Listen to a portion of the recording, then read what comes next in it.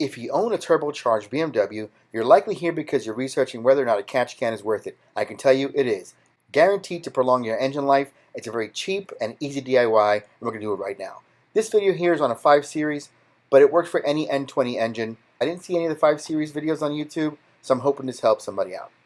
There's plenty of resources out there for you to check up on why you need this, but the gist of it is you have hot blow-by gases that get recirculated into your engine, and when that happens, it leaves oil behind.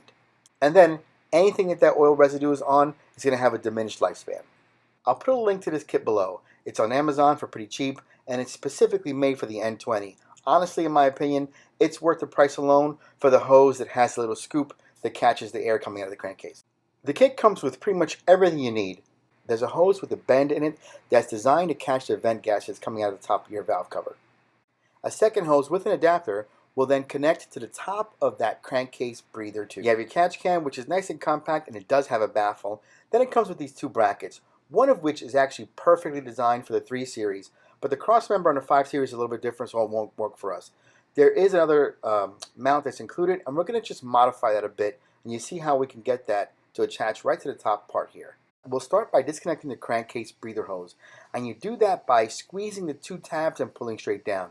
You see mine here is already broken, so that was pretty easy, and this will get replaced soon. Side note, you don't have to fully remove this crankcase breather hose. I just have it out because mine needs to be repaired. But once you have that hose removed from the bottom of your valve cover, you're going to very carefully remove the O-ring because we're going to need it. You're going to install it onto the adapter that the kit came with. Make sure it seats in there well. And that's going to snap right on top of your OEM breather tube. You can see here how those tabs don't fully go up and over to clamp down on this adapter. And I'll take care of that in a later video when I replace the turbo inlet and this breather tube. But for now, I'm just going to reuse my existing tube. Even though the tabs aren't there, it snaps on pretty nice and tight. It seals well. We'll start by taking the hose that has the bend and the large mouth and putting that onto the vent that comes out of the top of your valve cover. Push it up, make sure it fully seats flush against that flange, and then tighten down the hose clamp. Once that's tightened down, take the other hose, use one of the supplied clamps, and attach it to the adapter. Once that's done, route the hose underneath this cross member, then attach the adapter onto the top of your crankcase vent hose. It should snap into place. At this point, we're ready to mock up and test fit where this catch can is going to go. Don't cut your hoses yet. Just kind of find out where and how you're going to route the hoses to make sure you don't have any kinks. Now I'm going to use rivet nuts to attach this catch can. I think that's the best way and the cleanest way to have a good mount, and it allows you to remove and reinstall as needed.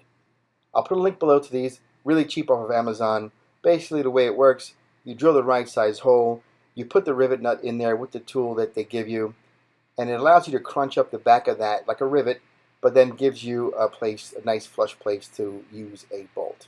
The M6 works perfect for this. With both of those rivet nuts installed, I'm ready to install this catch can. I'm going to unscrew it to double check before I install this, make sure the O-ring is good, and make sure that I'm going to use the correct side as my inlet, which is the side with the baffle. With the can fully secured and tightened down, now is when you'll test fit and route your hoses. You want large radius bends, you don't want any kinks in this. So take your time getting the right fitment. You'll want to use a nice sharp hose or tubing cutter, that way your ends are nice and flush. Put your hose clamps on ahead of time and orient them so that you can have easy access to tighten or loosen them.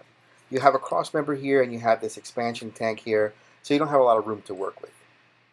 Now these hoses are pretty tight going onto these inlet pipes.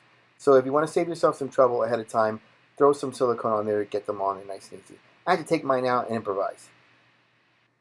By the way, the tube that you want going into the inlet side of your catch can is the tube that's coming off of your valve cover. That's going to feed the gases into the catch can. But get your second tube on, get that clamp tightened down, and you're just about done. One last step, and it might not apply to you, but if you find that the adapter that came with your kit doesn't fully seat and latch underneath the clips on the top of your breather tube, then you'll have to take a small file and just nick away some of that material, because you want those tabs to really go up and over this aluminum adapter so that it can't pop out. But once that's all squared away, Double check all your connections, make sure you have no kinks in your hoses, and you are done. You'll want to check this at first, maybe between every 800 to 1,000 miles. After that, once you get a feel for it, you might be able to go 2,000 or 3,000, maybe even every 5,000 miles when you do your oil changes. I like making this video to show how easy it is to do some of these things on your own, and of course to save a ton of money while doing it. I'll put links below to the products or the tools I've used, and if you use my links, I will earn a whole 17 cents.